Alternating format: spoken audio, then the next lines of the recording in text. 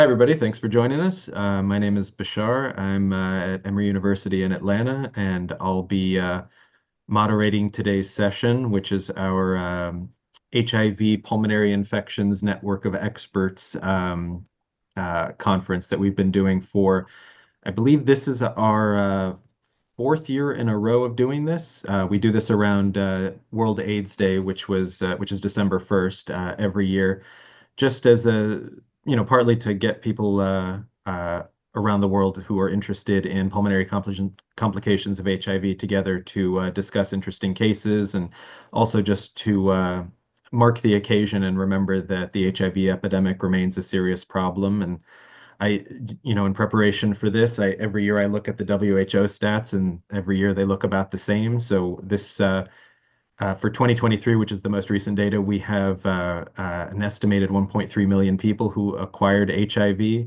Around 630,000 people across the world died of HIV-related causes, and around 40 million people still living with HIV across the world right now. And so, with that, we're going to basically take this opportunity to review an interesting pulmonary case, and we'll just throw a blanket statement out there that if anybody has any questions as we go through, if anybody wants more information or has some nuances they would like to review, please unmute, jump in. We have a small group, so that should be totally fine. And I will just take a quick moment to introduce everyone, and we'll get the ball rolling. So first, from the Tulane School of Medicine, we have Jerry Zavojika, who is an assistant professor of pulmonary diseases, critical care, environmental medicine, and the co-director of the Resident Initiative in Global Health at Tulane. He works at the University Medical Center there, and I just found out does some time at the TB clinic. So thank you for joining us, Jerry. And then we have Katerina Bianova, who's a clinical instructor at UCSF, where she has been working with Dr. Lawrence Wong, who many people will know from his work in the HIV lung space. And she is a member of the Division of Pulmonary Critical Care, Allergy, and Sleep Medicine there at UCSF. So thank you for joining us, Katerina. And our presenter today is Krisha Desai, a second-year pulmonary critical care fellow at the combined MGH Beth Israel program. She did her residency at Emory, and so we worked together when she was here a few years back, and saw some patients in my HIV clinic. And this patient that we're going to be talking about today is one of those folks. She has an interest in global health, so this dovetails with her interest nicely as well. And with that, I think, Krisha, we can get started if you want to take it away. Yeah, sure. Hi, everyone. We can start with our case. This is a case of a 62-year-old man who has a history of HIV, and he's presenting to pulmonary clinic for the first time with complaints of dyspnea on exertion. He says that his dyspnea has been stable, but present for several years. And when you ask him to characterize his dyspnea a bit more, he says that he's able to walk 1 to 2 blocks on flat ground, but if he has to do any more activity or has to climb upstairs, he gets fairly winded. He doesn't have a significant cough, maybe a mild baseline daily cough without any sputum production, and he doesn't have any triggers for his shortness of breath. He also denies chest pain, orthopnea, paroxysmal nocturnal dyspnea, or any leg swelling. To round out his history a little bit more, in terms of his HIV, since his diagnosis of HIV, which was several years prior to this clinic visit, he hadn't consistently taken his antiretroviral therapy. And at the time of his clinic visit, his CD4 count was 50 and his viral load was 4.96. Other than chronic dyspnea, his only other medical problem was a history of a TIA 3 years before this visit. He had presented to the ED with blurred vision, vertigo, and some dizziness. And those symptoms resolved spontaneously. And he had an MRI at the time that was unrevealing and was ultimately diagnosed with a TIA. In terms of his social history, he was a never smoker and didn't use any recreational drugs. He rarely drank alcohol. He had lived in Indianapolis many years prior, although for the time being had been in Atlanta and denied any international travel. He worked an office job, and on extensive exposure history, he did not report any significant exposures. And then in terms of his family history, his mom had asthma, diabetes, hypertension, and cancer. He didn't know which type of cancer she had, though.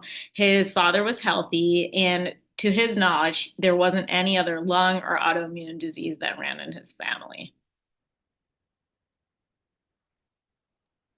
So let me get the ball rolling here with our discussants. So this is a broad question, but really what we're looking for is just to start the conversation about how the presence of HIV, when you see somebody in this situation with kind of chronic dyspnea, kind of alters your differential right from the get-go, and how do you approach this patient differently than you might with somebody who has the same complaints who doesn't have HIV. And Jerry, I think you beat her to the punch in terms of unmuting first. So I'm gonna put the question to you first, and then we'll go to Katerina. That's a word to the wise. I'll unmute more slowly in the future. Uh, so yeah, the differential is pretty broad, and the way HIV informs your differential is often you're then asking the question as to the person's level of immunosuppression and whether or not they're on antiretroviral therapy. Because if they're well controlled, undetectable viral load, they're on therapy, the differential then becomes similar to HIV negative individuals. So your more typical infections, bacterial pneumonia, etc. His differential, because he's intermittently, it looks like, on antiretroviral therapy, is the CD4 was 50. That then just opens up a differential a great deal. Because it's been chronic, ongoing dyspnea, top of my list would be infection, just given his CD4 cell count. So just based on this initial presentation, you would think about more indolent infections, right? So things like tuberculosis, PCP may even be higher for me on his differential than tuberculosis, just given his chronic dyspnea. TB, the fact that he's not gotten any CD4 cells opens him up for things like CMV, pneumonia. You mentioned Indianapolis. I lived in Nashville for a while, and the Atlanta area is histocentral, so histoplasmosis, I guess, as well. Would be things that I'd put on my infection, and then typical bacterial infection, but it seems less likely because it's been more indolent. And then you have non-infectious things because it's again, you asked the question, in someone living with HIV, how does that change your differential? People living with HIV just are at increased risk for things like emphysema, COPD, particularly given smoking risk. But even in the absence of smoking risk, you'd worry about that. CHF, cardiovascular complications. He's had a TIA before. Could this be heart failure? Could his heart be playing a role potentially? And then what else would I put on there? I'd written down a couple of things. I think that's my list to begin with. Infectious, non-infectious. Could it be the lungs? Could it be outside of the lungs as well? That would be my differential to begin with. Katerina, I'm open to additions to that list. I think you covered pretty much most of it. The two that I was thinking of that I didn't hear you mention are disseminated MAC with his CD4 count of 50.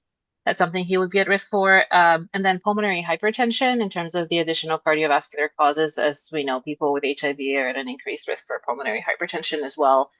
And just as a general point, with a CD4 of 50, he's also liable to have more than one possible etiology of his chronic dyspnea. Like, as Dr. Huang likes to say, Occam's razor is dull in people with HIV, which I think is really apt for these patients. So I would try to be really broad in my workup to make sure that I'm not missing anything. I think in terms of the workup, and the other thing to mention is that, again, the chronic complications can occur at any CD4 count. So in thinking about them, there's the fact that if his CD4 was 250, we'll think about it the same way as at 50. So just for the workup, I would probably also start pretty broad. I would definitely get PFTs, but I would have a very low threshold to get imaging and an echo as well to round out the initial workup.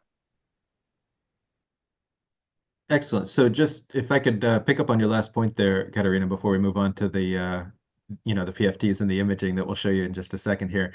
You mentioned that you'd have the same level of concern regardless of the CD4 count for a lot of the non-infectious complications. Is there any category of non-infectious complications that you'd worry more about in a guy like this than specifically for HIV with his level of immunosuppression, or is that across the board that you'd feel that way?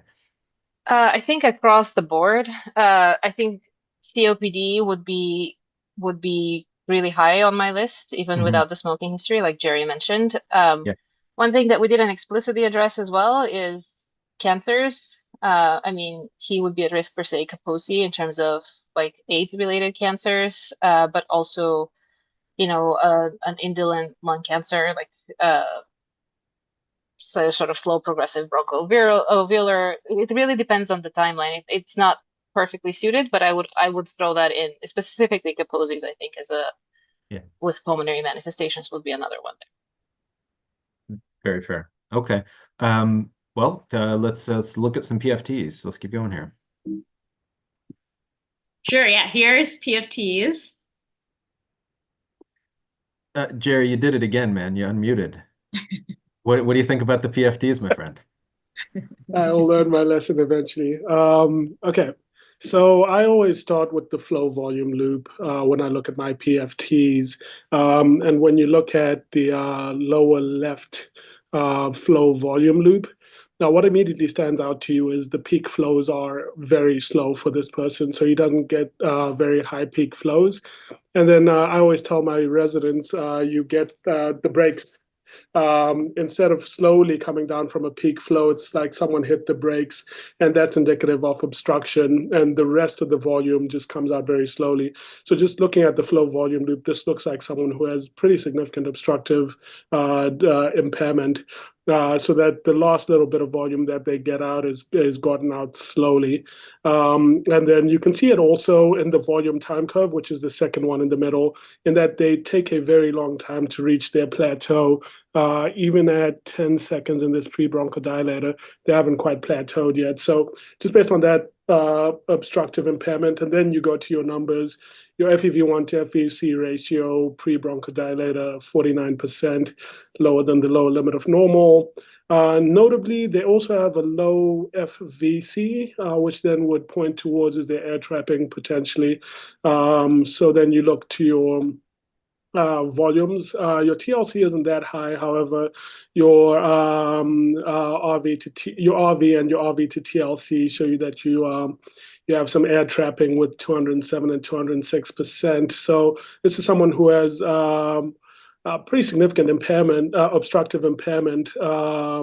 With air trapping. And then you look finally at the post-bronchodilator, and it does look like they do have a response in the FEV1 plus 19%. So they do have a bronchodilator response. So maybe an asthma component, although that's very, very debatable. They're bronchodilator responsive is what I would say, but pretty bad obstructive impairment. Excellent. Yeah, and then that's the DLCO, finally, I should say, is very low at 32%. And that's exactly what the read showed. The official read said severe obstructive deficit with the bronchodilator response, preserved TLC with the increased RV and RV TLC ratio suggestive of air trapping and impaired gas exchange based on that low DLCO. So, Katerina, before you go to the imaging, Krisha, he didn't didn't leave you much to talk about on the PFTs, but let me just ask you, if you see this in a guy with HIV who's kind of in this chronic dyspnea category, would you pull the trigger here and treat the guy, or do you want to see more before you get there? treat for COPD specifically, or treat for anything? Yeah. Is this compelling enough to you to make a diagnosis, is my question.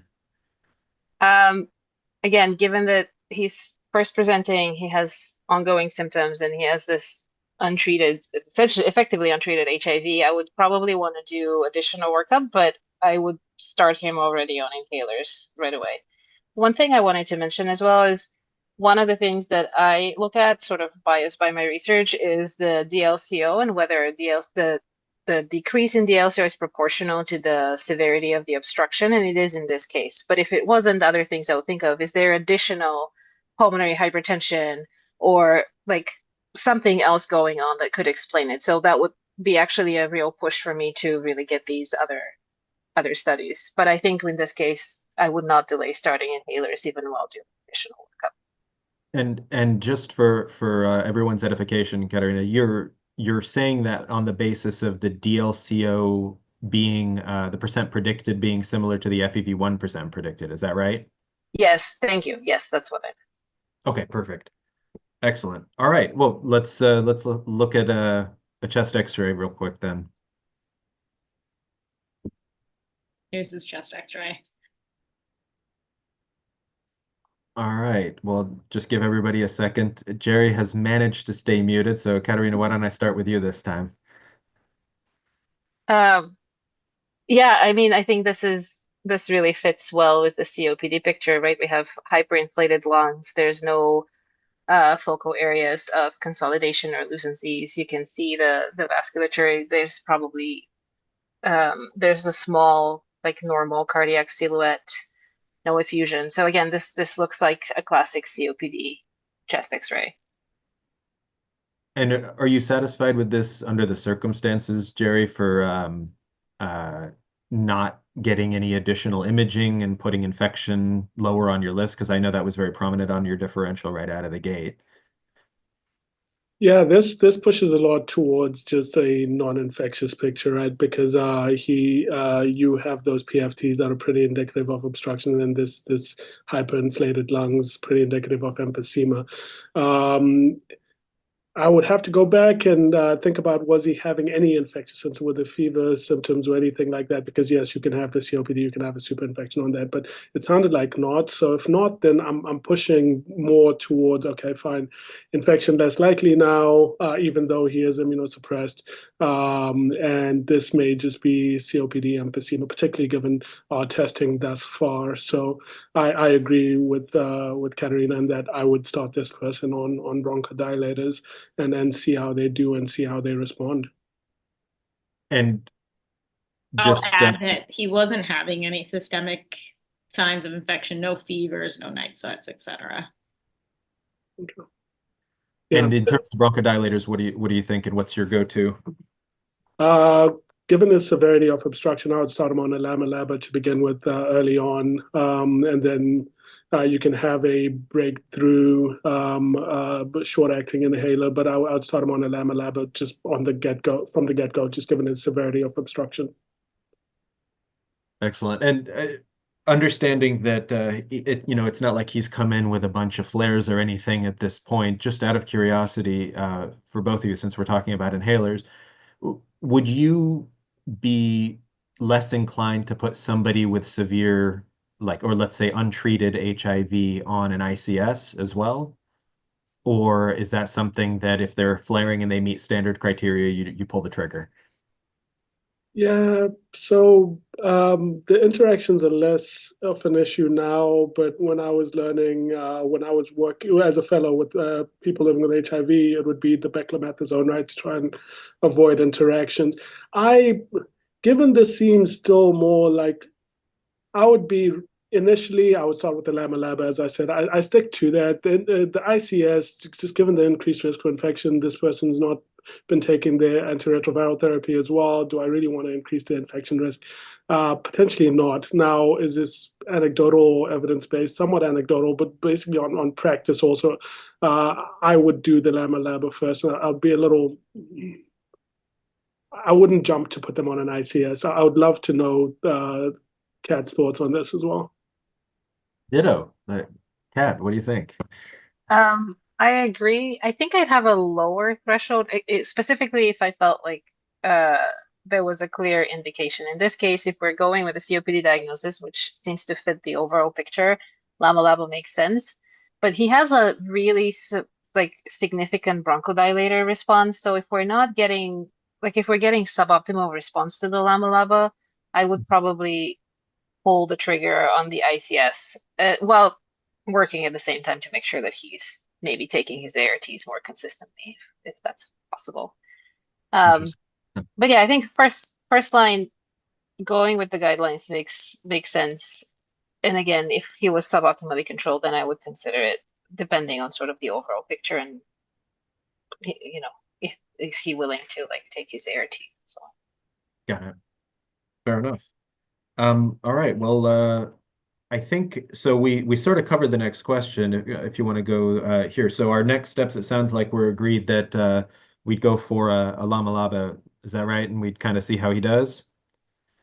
Well, Krisha, how did he do? So I think we started him on a Lama Laba inhaler, and he did have mild improvement in his dyspnea exertion. About 6 months after that initial clinic visit, though, he was admitted with the COPD exacerbation. He was treated with duonebs, a steroid course, and antibiotics, and had some improvement in symptoms and was discharged. And at that time, when he was admitted, he did get a full infectious workup, including a viral panel, a sputum culture, and serum fungal markers that was negative. But when he came back to clinic shortly after the admission, he was still having significant dyspnea and exertion. And so at this point, we decided to proceed with CT imaging. And I will just run through the CT slides.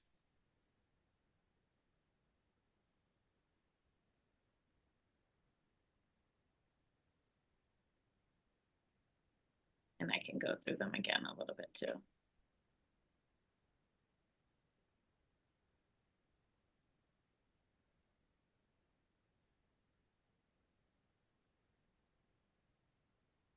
I'll pause here to see if one of our discussants wants to talk about the imaging findings.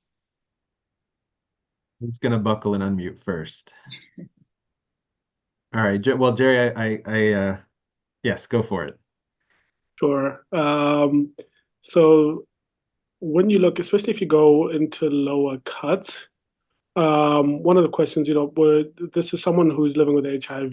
We had spoken about the relatively increased, well, the pretty significantly increased risk for emphysema, right? And people living with HIV. However, what you're seeing down towards these lower cuts is not just emphysema, you're seeing cysts. And particularly in they look like pretty well-defined little cysts. It's diffuse, it's bilateral. You see it better in the lower parts. I think in the top, you could maybe see some emphysematous changes as well. However, if you go a couple of more cuts, well, further down, I guess. That too, in the right lung, maybe some emphysematous changes, but what you but what you definitively see, though, are cysts with little well-defined walls. So that then opens up your differential again, because this doesn't just look like emphysematous lung disease that we would expect in someone with this COPD presentation and someone with poorly controlled HIV. You start to open up your differential again as to other potential etiologies of this dyspnea and these imaging findings. And Katerina, I think at the beginning you had mentioned that he's entitled to have as many things as he wants, which I think he seems to be proving for us here. The thing that I think was most striking when we reviewed this in clinic is just how confusing it is to see this level of emphysema in concert with cysts.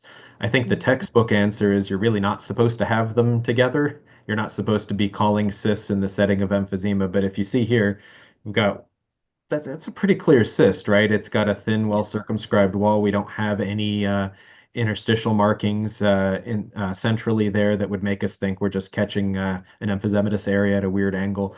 This is pretty clearly cysts, right? How would this change your differential? Yeah, it's it's a little bit surprising because he has such clear obstruction. And in thinking about cysts in someone with HIV, the first thing that you think of is LIP, which again, with a CD4 less than 200, in children at least, it's an age-defining presentation, not so in adults, but still, that's what I would think of. But I don't see, but I would expect restriction, and so this sort of comes out of nowhere, at least in my mind, as this case is progressing.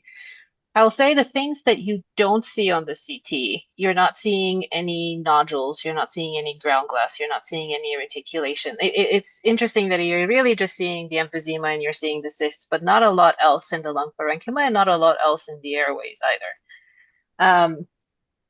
And so I would think about the cysts both in the context of HIV, which would really be LIP, but also just in terms of the general differential for cysts. He's not the right demographic for LAM, but in terms of the shape of the cyst and the distribution of the cyst and the number of the cysts, LAM is the one that seems to kind of match the best. In terms of, I would think about he's extremely unlikely to have pulmonary Langerhans cell histiocytosis. He's not a smoker, and he's sort of a little bit too old for that. Same with like bird hog debate. That does not look like it. Those are more lower lobe predominant. Thinking about amyloidosis, again, I would not expect to just see cysts. It's really hard to think about what could just present with cysts in isolation like this. I will add that it almost also made me think, like, did he have pneumocystis in the past that was untreated, but given the extent, like the burden of disease, and I don't feel like I can necessarily call every single lesion either a cyst or emphysema, but there's clearly enough cyst burden where he would have had clinically significant disease that we would have known about. So that doesn't quite fit either. So I would say I'm a little bit confused about what the true etiology is here.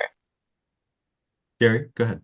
Yeah, I would echo your confusion. And so LIP, as you said, right, then jumps right up. But then the pneumocystis, it's a tough one because he does have the risks for pneumocystis, right, with that low CD4 cell count. It's not, you don't expect to see this diffuse of cystic lung disease. However, I don't think it's ruled out at this point.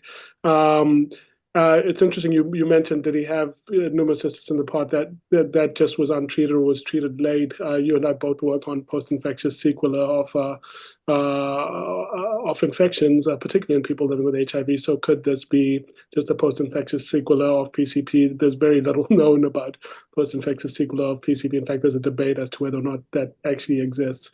I think likely yes, but still. So agreed. It could be post-infectious, but I don't think you have ruled out completely that it is current PCP. Krishna, you mentioned that you sent sputum for cultures or tested sputum. What all has been done with the sputum and how has it been tested? But I have nothing to add to Kat's otherwise very extensive cystic lung disease differential. But my question would be, what was done with the sputum so far? So in the hospital, they actually did an induced sputum, and they got just bacterial sputum cultures. They got fungal cultures and mycobacterials. They did not test him for PCP at that time, although they did get a serum beta-D-glucan on galmanin that was negative. And the cultures all were negative as well. Fair enough. Yeah, if it was this extensive and you have a negative beta-D-glucan, I guess that makes it much, much less likely, given just how extensive it is. If this was just rip-roaring PCP, you'd expect that to be positive. But yeah.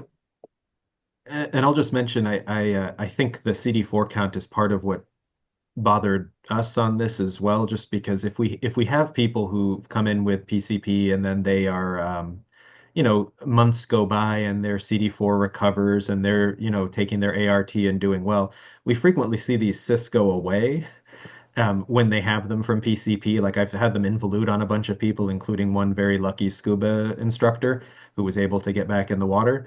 But it seemed hard to make a case to us as well, I think, based on your the beta-D-glucan and kind of the general lack of infectious symptoms. So why don't we go, our next question, we're gonna, I guess, force you all to take a stand here. So what would you do? You both mentioned LIP being high on the list for cysts and HIV. Katerina, you mentioned that there are other things that you would frequently expect to see if we were dealing with LIP in this setting. What do we think? Is this, would you pursue a biopsy? Would you start treatment? Would you watch and wait? What would your move be if you were seeing this gentleman in clinic? So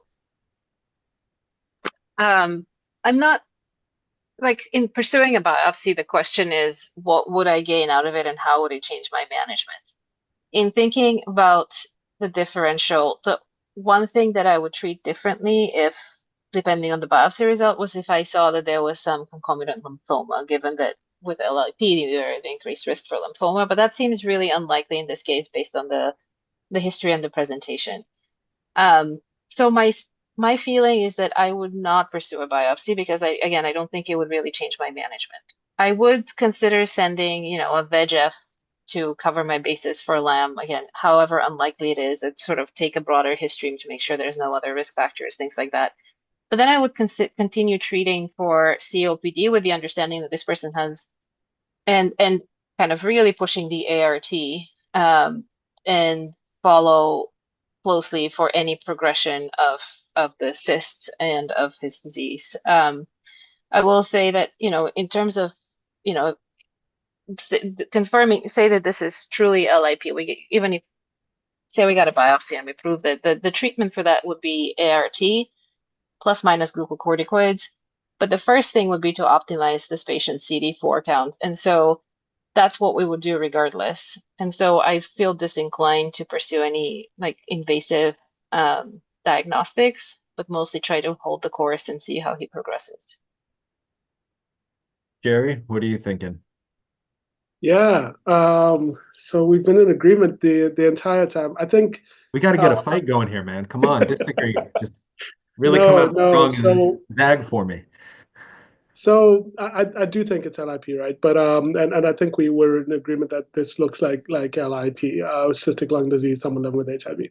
Now there's a biopsy. So it depends on what kind of biopsy we're talking here, right? Like if we're talking open lung biopsy, which previously was what would potentially be done, I'm going to say no, I'm absolutely not going to do an open lung biopsy. The treatment is antiretroviral therapy. Get this person on therapy. Hopefully they will improve over time, and you expect to see an improvement over time. The corticosteroids are plus or minus, but if someone's very badly symptomatic, like this gentleman, you could definitely consider it. Now, say your biopsy is not open lung biopsy, but you could do a transbronch and or get interventional radiology to just get a cryo piece. Depending on who you're talking to, you do want to somewhat confirm this diagnosis. So if it is the possibility, like we have IR here, IP, I'll just often just say, hey guys, take a look. Tell me if you think you get cryo. And it's so extensive, and it's relatively lower invasiveness at this point, with getting a decent piece of tissue where you can then definitively confirm your diagnosis. I would say most likely clinical acumen, potentially treat this gentleman, see if he's improving or not improving. But I would, if he's not, then I would want a biopsy. And with IP, you can get a pretty good piece of tissue with little invasiveness and get a definitive answer at this point. But I guess if you ask 3 pulmonologists, you may get 3 different answers. So I would love to know what the set of pulmonologists who took care of this patient actually ended up doing. Well, let me ask, Jerry, you mentioned the cryopsy piece, and I think that's very reasonable. They can generally get a pretty decent size chunk of tissue nowadays with that. Do you ever advocate for just bronching these people, doing lavage and sending the lavage for flow? Would that satisfy you at all, or would that not add any specificity to your suspicion so far? I mean, if it comes back lymphocytic predominant, there could still be several things if it has high CD8 cell counts. I don't think that the lavage really, without structure, without the tissue structure, I don't know that it changes my mind that much, unless if it unexpectedly ends up coming back as a bunch of neutrophils, in which case I'll re-examine my thought process for this patient. Fair. Fair. Yeah. Would the clonality change your mind at all of the CD8 cells? Beg your pardon? Would the clonality of the CD8 cells change your mind at all? Yeah. So if you're going to have the LIP with the increased CD8 potentially cells, then maybe it would lead you towards that a little bit. So yes, it would push you towards this is potentially the diagnosis and make you feel a little bit more comfortable. But once you're in there, if you're doing a BAL, why not just get a transbronch or a little piece of tissue? Again, this is not a completely non-invasive procedure. However, if it was me and I was being told I have LIP, let's just start antiretrovirals versus a question of can we get a little piece of tissue? I think it's an informed decision with your patient, but I wouldn't completely go away from biopsy. And I think definitive diagnosis obviously would be with biopsy, but imaging is good enough often. Trisha, do you want to fill them in on the thought process at the time? Yes, definitely. I think all of the same discussions we had, I think based on the imaging findings, the fact that he had HIV, had cystic lung disease, was not the right demographic for LAMS, and wasn't having any systemic signs of infection, and had that negative beta-D-glucan, we did make a presumptive diagnosis of LIP in this patient. And then I want to just take a little bit of time to talk about LIP. So LIP is characterized by an infiltration of the interstitium and the alveolar spaces with lymphocytes, plasma cells, and lymphoreticular cells. And you can actually also get these lymphoid follicles, which are composed of germinal centers, histiocytes, and macrophages. And in LIP, you generally have involvement of the bronchovascular bundle and the interlobular septa as well. There's a spectrum, and I think this was mentioned as well, in terms of you can have a risk of an increased risk of malignancy in LIP, but there's a spectrum of lymphoproliferative disorders that LIP is included in, and that also includes pseudolymphoma, lymphomatoid granulomatosis, or lymphoma as well. And people with LIP are at increased risk for lymphoma.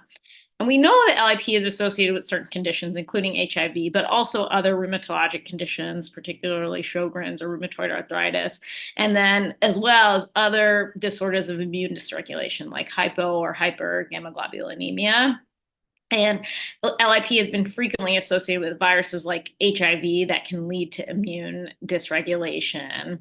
We don't really understand the pathophysiology of LIP and HIV. There are some theories. One of the theories is that the HIV viral replication itself drives the proliferation of bronchus-associated lymphoid tissue. And the other theory is that actually the immunosuppression that patients get as a result of their HIV allows other viruses, primarily that has been EBV, that allows the promotion of this lymphocyte proliferation. There has also been association with other viral infections of LIP and HIV, including CMV and HTLV1 as well. And I think it's worth, before we get to the update here, mentioning that at least in my clinic, and I'd be curious to hear, Katerina, Jerry, your experience as well. I have probably about, I don't know, at any given time, about 10 of these people that I'm following in a clinic. And I think the vast majority of them are either not taking their ART consistently, or they're kind of in the category of immunologic non-responders. I think most of the significant ILDs I end up with are in that category where they're taking their ART, their viral load is not detectable, but their CD4 count never really recovers. And that's kind of one of the reasons this I think went up on the differential pretty significantly for us right away, was just he never really took his ART consistently, and so his viral load was, I think in the 3-4 years we looked back, was never undetectable. He always had at least a little bit in the system, not enough that you'd think he'd built resistance though. But yes, let me let you continue with the case update and we'll go from there. Yes, thank you. So just like Bashar mentioned, I think one of the challenges with taking care of this patient was that he only intermittently followed up in clinic, and for a period of time was lost to follow-up. When he did come back 2 years later, though, a repeat CT scan at that time was stable from prior, and he hadn't had any respiratory issues in the interim, and reported that his symptoms were stable, which included still that chronic dyspnea and exertion. And when he came back, although he was more consistently taking his ART, he wasn't fully adherent to his therapy. His CD4 at that time was 129 with still a positive viral load. And we were able to get PFTs when he came in 2 years after his initial presentation. And while there was maybe some slight decline in his FEV1, FVC, and TLC, we felt like overall these PFTs were relatively stable. The RV was relatively stable, as was the FRC, which is TGV in this. And let me ask a totally unfair question. And Jerry, sorry, I saw you on mute there, so I'm gonna ask you first. The TLC RV discordance here, in retrospect, do you think that would have been a clue that there might have been more than one process going on at the same time here? Like he really doesn't have much in the way of hyperinflation to speak of, but he has pretty significant air trapping. Are you used to seeing that level in these folks, in retrospect, could we say that might have said we've got one level that's kind of maybe restricting a little bit, and one level that's kind of hyperinflating a little bit, and they're kind of balancing out. I'm much more used to seeing that in CPFE patients, which I have a fair number of in my HIV clinic as well. But in retrospect, I wonder what are your thoughts on that? Yeah, so what immediately popped to mind was CPFE for me as well, as you were talking about that. And one thing Katarina said earlier was it is confusing, right? Because you would have expected to see restriction with this LIP as a destructive disorder, so you would have expected restriction, but the level of obstruction and the just horrible air trapping, you really would expect some hyperdynamic lungs. So yes, in retrospect, now that we are through the case, yeah, that may be a clue potentially, right? Because you would have expected that TLC to be much higher, just given the level of air trapping that this person has with that RV and RV TLC ratio, well, really with that RV. So yeah, it could give you a clue, I guess. I would have expected the lungs to be much bigger, the TLC to be much bigger. So yeah, and maybe that is why they were confusing as well to begin with in terms of the LFTs. Yeah, that's about it. And I unmuted to say I want to see my flow volume loops, but I'm pretty sure they're going to be about the same. They look about the same, yeah. It is a pretty convincingly obstructed flow volume loop to begin with. This guy very much seems to have two very differing disorders, because the LIP would be something completely different, but he definitely has this obstructive lung disease, which interestingly for him, if I remember correctly, Krisha, you said he was never a smoker as well, which that just points to the HIV as the etiology of his obstructive lung disease. And it sounds like, no biomass, the kind of patients that I would expect to see kind of in some of our studies, biomass exposure and that kind of thing. So interesting. But yes, there is great discordance. I would have expected the TLC to be bigger, would be my thought. And go ahead, Katerina. Given that there's relatively little emphysema and a whole lot of cysts, I'm wondering if some of this abnormal DLCO is now attributable more to the LIP than it is to the obstructive lung disease, and whether his flavor of obstructive lung disease is really more of on the asthma spectrum than on the COPD spectrum. So, I don't know if he took his inhaler over the 2 years that he was lost to follow-up, but clearly when he was taking the LABA/LAMA, he only had mild improvement. So, going back to our earlier conversation about whether inhaled steroids would be something I try, I think now may be a time where I would give it a shot with all the additional information we have. Would the initial pretty significant bronchodilator response, he was at 19%. That was the only thing that gave me pause when I initially said no to corticosteroids. It was pretty significant. Would that have pushed you even more, or does that matter to you at all? It does. I think with the initial picture again before getting the CT scan and having nothing else clearly to attribute the DLCO to, and again having this matching low DLCO Inspire, I felt like COPD still felt like the more consistent picture, but it did give me a little bit of pause. And I feel like a lot of the patients that I see have really combined features of COPD and asthma and seem to have really profound bronchodilator response even when they have a lot of emphysema and clear COPD on imaging. And so yeah, I think I would have I still would have followed the same sort of path, but at this juncture, I would consider adding the ICS, and seeing if he actually gets some benefit from that. Yeah, and I would definitely just reinforce the antiretroviral therapy, because I think that's going to really be the thing. Also, if this being LIP, that you may get that return towards normal from. So I agree, Katarina. It's worth mentioning that and Krisha, correct me if I'm wrong here, but we aren't showing the DLCO off the second set because he wasn't actually able to perform it.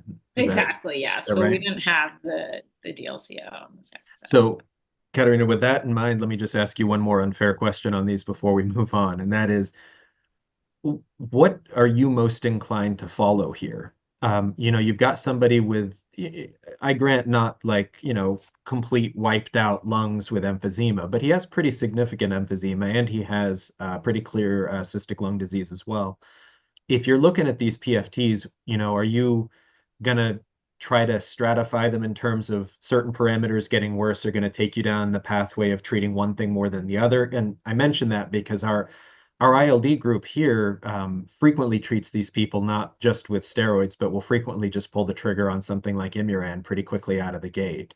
And I dislike doing that in people who have HIV, but I do have a few people I've had to do that in, and I have a few people with, HIV-associated sarcoid I've had to put on methotrexate. It doesn't make anybody happy, but I have had some good responses. So if we were able to say the LIP is getting worse versus the COPD is getting worse, there may be more specific treatment. What parameter would you use to make that call here? That's a tough question. I think Sorry. no, it's fine.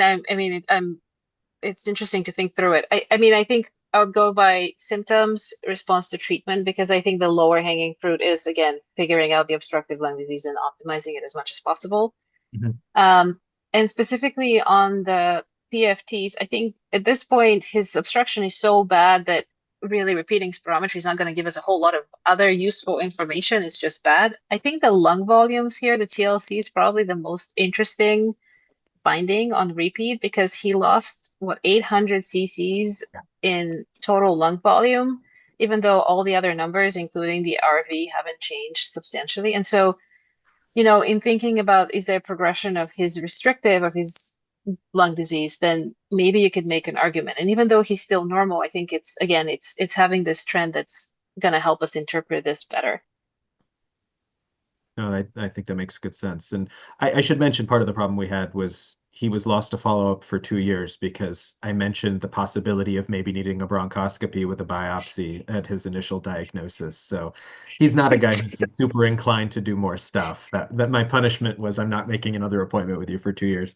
I guess with this, Krish, if you want to go just the next sort of kind of wrap-up question here. We sort of talked about this already. If all we're seeing this patient in clinic and you knew he was somebody who was not inclined to do anything super invasive, we talked about the PFTs a little bit. Let's talk about the imaging briefly. So, Jerry, how frequently would you want CAT scans in this guy, or would you not keep pursuing serial imaging in him? Yeah, that's a great question. Would have to look at the guidelines of LIP, right? There is that increased risk for eventual malignancy, or so. Again, this would be a tough one. We're away from bronchoscopy and everything else. This is a discussion with your patient, we can check it once every year, make sure that things going in the wrong direction, particularly if you're on antiretroviral therapy. And if things seem to be headed in the right direction, again, your cysts seem to be getting better once your CD4 is coming back up, then we're happy and we feel like there's less likelihood of you going in toward malignancy direction. I would honestly say it would be a discussion with your patient, but that's where I would begin. The first part, the first set of imaging, it was just cysts, right? You didn't see anything that was concerning to be malignant at all. So that would give me some reassurance. You've already lost him to follow up for 2 years. When he comes in, you would say, well, we could get it again, set a baseline from there. And if things are getting better, then, you can then have the discussion as to yes or no. But this now is becoming it is a tough question, Vishal, because it's what is your patient willing to do? Right. And from there making an informed decision as to what you would do next. But the first CT was encouraging. So if you got another one when he comes back at this 2 year and tell him Jerry and his cryobiopsy are out the picture, then you may be able to continue to actually follow this guy clinically and get the CT in a reasonable time period. Katerina, what are your thoughts on on imaging or other sort of serial timelines, and understanding that he may or may not be willing to follow a schedule at this point. I mean, I think annual imaging would be what I would recommend to this patient, and kind of, again, have a risk benefit. It really depends also on my relationship and how this goes. A lot of the times I pick my battles. So, for example, like between deciding on PFTs versus imaging versus something else, like rather than recommending everything at the same time, I sort of pick the one that I care about the most and like wait until my patient trusts me and like is more willing to engage to like add in the others. And so I guess I would say that I would fight for the imaging more than I would fight for the PFTs at this point, because I feel like progression on the imaging would be what would prompt us to do what would kind of significantly change our management, and progression on the PFTs in isolation wouldn't really like prompt us to do anything differently. And I think some of the other things is I would think about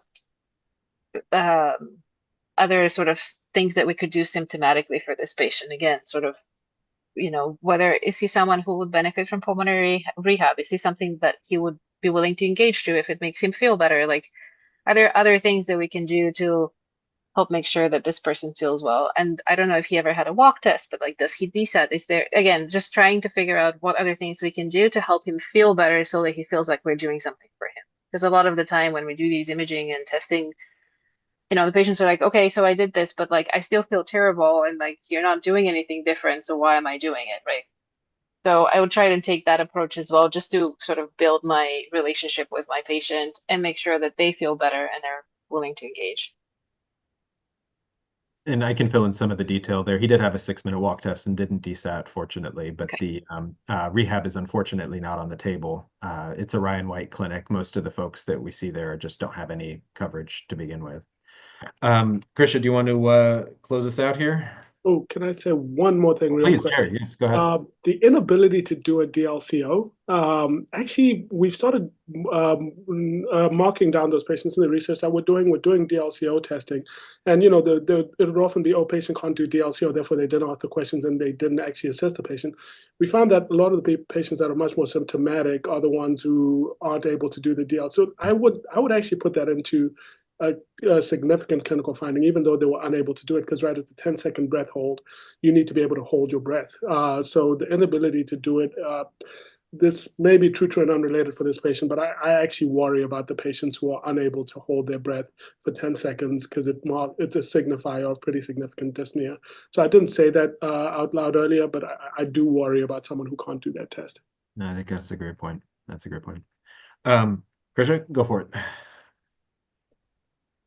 So I think just thinking about managing this patient, as the discussion has shown, there's a lot of clinical equipoise into really how to manage these patients. And I think for this patient in particular, there were challenges in the fact that he would intermittently follow up and was intermittently adherent to his antiretroviral therapy. And we do know that in a lot of patients that have LIP and HIV, consistent use of ART allows stabilization of their LIP. And so we really continue to emphasize consistent use of his ART with serial PFTs and imaging when he came into clinic or allowed us to get that testing. And in terms of really reaching for other immunosuppression if he had progression, didn't feel strongly about that, because if we felt like if he wasn't consistently using his ART or consistently following up in clinic, we wouldn't be able to do, for example, safety lab monitoring in those patients, or even guarantee that he would be consistently taking the immunosuppression. So for now, we're really taking a conservative approach to his care.